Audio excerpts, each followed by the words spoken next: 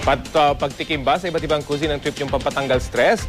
Bakit po hindi subukang mag-food trip sa isang pasyalan sa Taguig kung saan sa iisang bayaran, mga putahe mula sa 14 na restaurant ang pwedeng matikman? Balita hatid ni Maris Umali.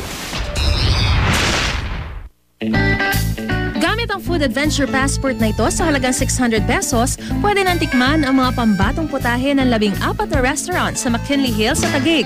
Parang food trip around the world. Merong Japanese, American, merong Korean, may Filipino, tapos meron din tayong mga desserts and coffee.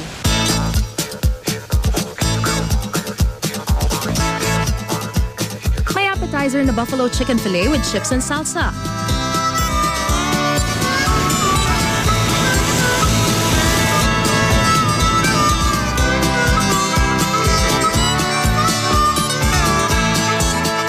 Susundan ang back-to-back-to-back main courses na chicken barbecue with fries and red beans. Lechon kawali.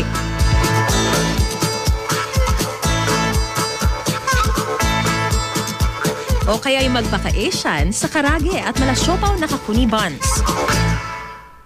Mag-dessert sa sweet treats na mga flavors ng gelato.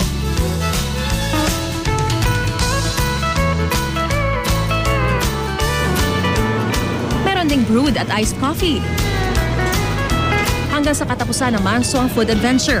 Tuwing Sabado at Linggo, mula alas 4 ng hapon hanggang alas 9 ng gabi.